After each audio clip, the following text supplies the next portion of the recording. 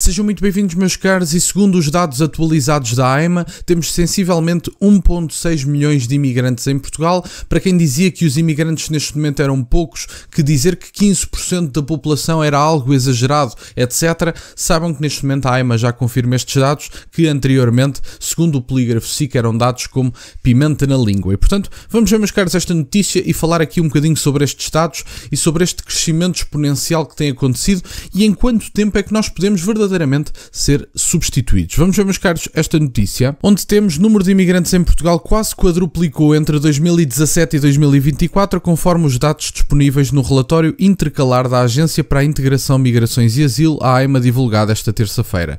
É que a 31 de dezembro de 2024 estavam pelo menos 1.546.521 cidadãos estrangeiros em Portugal, face aos 421.000 registados 7 anos antes. Os valores registados em 2024 deverão, contudo, ser corrigidos em alta, nomeadamente em cerca de 50.000 cidadãos, quando for concluído o tratamento dos pedidos de regularização ao abrigo do regime transitório criado na Assembleia da República, lê-se no documento. Estes 50.000 cidadãos já se encontravam em território nacional antes de 3 de junho de 2024 e já apresentaram o pedido de asilo do regime transitório. Estima-se que, com esta revisão, o número de estrangeiros em Portugal em 2024 seja cerca de 1.600.000 pessoas. E, portanto, isto, há uns tempos atrás, era digno de uma avaliação do polígrafo SIC para dizer pimenta na língua, porque diziam, bom, mas nós não temos dados que cheguem. Tem aqui o significado pelo qual as pessoas muitas vezes não seguiam só pelos dados. As pessoas conseguem perceber qual é a presença de estrangeiros em Portugal e conseguem perceber, até porque as pessoas, quando vão a grandes centros onde há muita gente a viver, por exemplo, em Lisboa, no Porto e outros centros de Portugal, centros, leia-se cidades, portanto, cidades com muita população, o que se pode ver efetivamente é que há muita população nestas zonas e muita população estrangeira. Nós já vemos efetivamente zonas em Lisboa, por exemplo, onde nós não vemos um português, onde se falam todas as línguas menos a nossa. Nós vamos ao sul do país e vemos zonas que parecem o Paquistão, que parecem o Bangladesh, que parecem uma coisa qualquer, que não Portugal.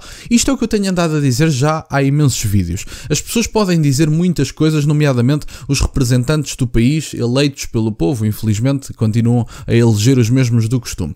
Mas podemos dizer muitas coisas sobre o que os representantes pensam, podemos dizer muitas coisas sobre determinadas abordagens políticas. Agora, o que eu acho é, nós não podemos continuar a chamar Portugal a um território que tem cada vez menos portugueses e que, aliás, brevemente vai deixar de ter portugueses todo porque vão ficar em minoria. E querem saber essas datas? Eu vou dar-vos aqui um exemplo. Quando nós, e se continuarmos a ter imigração a crescer a esta velocidade, o que nós vamos ter é 6 milhões de pessoas daqui a 7 anos. 7 anos, nós não estamos a falar de 30, 70, 80, 90. Daqui a 7 anos teremos 6 milhões de imigrantes em Portugal se continuarem a entrar este ritmo. Leia-se, quadruplicarem nos próximos 7 anos novamente. Se esse ritmo se mantiver nos próximos 14 anos, estas pessoas serão 12 milhões em Portugal.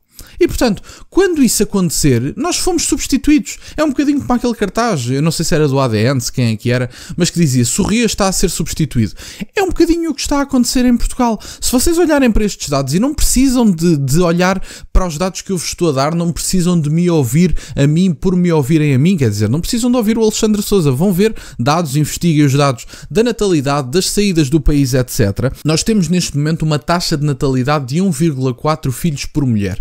E desses nascimentos anuais que nós temos, uma boa parte deles são filhos de estrangeiros. E, portanto, neste momento já podemos incluir também a natalidade das pessoas que cá chegam nesta situação. E, portanto, estes 70 ou 80 mil nascimentos anuais já incluem também nascimentos de filhos de estrangeiros. Portanto, neste caso, temos aqui também, nesta questão, excluindo os nascimentos, excluindo a questão da imigração, excluindo o facto da população estar envelhecida, o que nós temos é, ao fim de 7 anos, estas pessoas serem 6 milhões e ao fim de 8 anos estas pessoas serem 12 milhões. Eu relembro que a população em Portugal neste momento representa entre 10 a 11 milhões. Portanto, estas pessoas daqui a 14 anos, que não chega a 2 décadas, vão ser mais do que a população em Portugal, já com os imigrantes incluídos. E, portanto, é importante que isto se diga. Estamos a falar de uma substituição populacional em curso sobre a qual ninguém está disposto a falar. E quer dizer, eu acho que também acaba por ser aqui um bocadinho o meu papel e o de tantos outros que por aí andam, falar efetivamente deste tema, que eu acho que é relevante relevante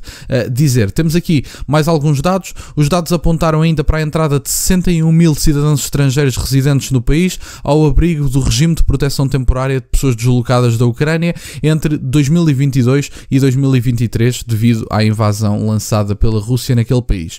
E portanto, temos aqui basicamente, já vi aqui também o governo em Portugal, acho que foi Leitão Amar que disse, sinceramente, já não me recordo quem é que utilizou esta expressão, mas que tinha dito que o fluxo de entrada de cidadãos estrangeiros em Portugal tenha diminuído em 59% desde o fim da manifestação de interesse. E portanto, obviamente que o fim da manifestação de interesse pode ser útil para diminuir o fluxo de entrada de imigrantes.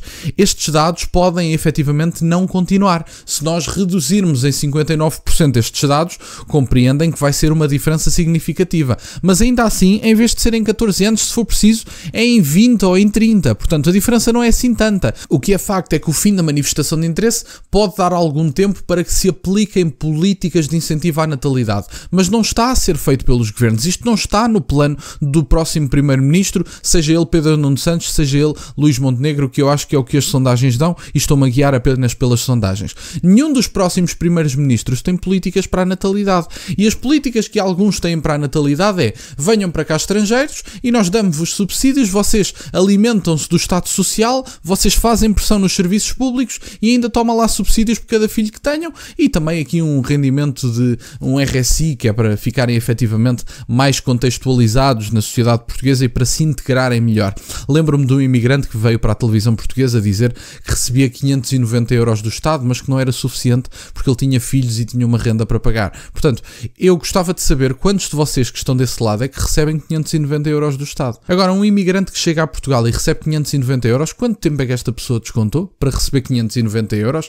Quantos de vocês que estão desse lado é que recebem 590 euros mensais do Estado?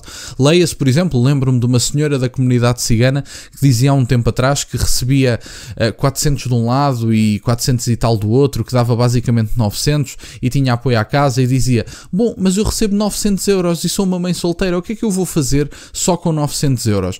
Bom, com 900 euros é o que muitas pessoas não têm líquido ao fim do mês. Porque as pessoas que recebem o salário mínimo não têm 900 euros líquidos ao fim do mês. É essa a questão. As pessoas que trabalham das 9 às 6, eu da outra vez disse das 9 às 5, foi engano meu. Mas as pessoas que trabalham das 9 às 6 não têm 900 euros líquidos ao fim do mês. A maioria dos casais ditos normais, que efetivamente não recebem um cêntimo do Estado, têm que trabalhar para cuidar do filho. Muitas vezes deixam-no em creche durante o dia, estão com ele à noite, ou deixam-no com a avó, ou deixam-no com o avô, e vão trabalhar e recebem o salário e pagam as suas contas. Esta senhora da comunidade cigana apresenta-se como mãe solteira, que muitas vezes pode ser mãe solteira no papel, mas a coisa na realidade é diferente, mas já nem vou entrar por aí. A senhora da comunidade cigana recebe 900 euros por mês, um vídeo que eu fiz aqui no canal, e ainda se queixa e diz: o que é que eu vou comer se não me derem em casa com 900 euros? Bom, e que tal ir trabalhar?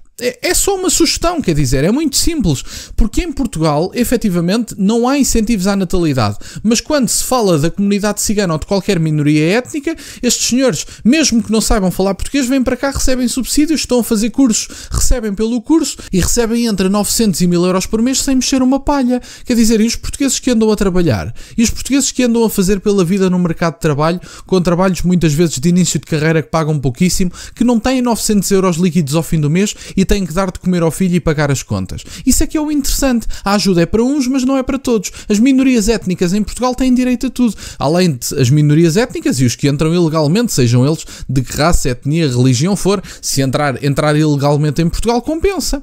Ser imigrante ilegal em Portugal compensa. A vontade e a sugestão que às vezes eu tenho de fazer aos portugueses que me ouvem é: vocês saiam do país, podem adquirir outra nacionalidade e, se conseguirem, entrem ilegalmente outra vez, porque aí terão o apoio do Estado. Se por alguma razão conseguirem entrar ilegalmente segundo algum critério da lei, entrem ilegalmente, que compensa ser imigrante ilegal em Portugal. Mas enfim, era isto que eu tinha para partilhar. Segundo estes dados, estamos à beira de ser substituídos. Leitão Amar diz que a entrada de imigrantes diminuiu em 59% desde o fim da manifestação de interesse. Isso pode atrasar aqui este processo que eu acabei de referir do ponto de vista dos dados, mas não atrasa assim tanto. E portanto, basicamente era isto que eu tinha para partilhar, meus caros. Quero-vos agradecer imenso por estarem desse lado. Peço-vos só o gosto neste vídeo e que subscrevam o canal. Tem as minhas redes sociais, o MBA aí na descrição, para o caso de quererem fazer alguma doação. E nunca se esqueçam, meus caros, questionem tudo. Até à próxima.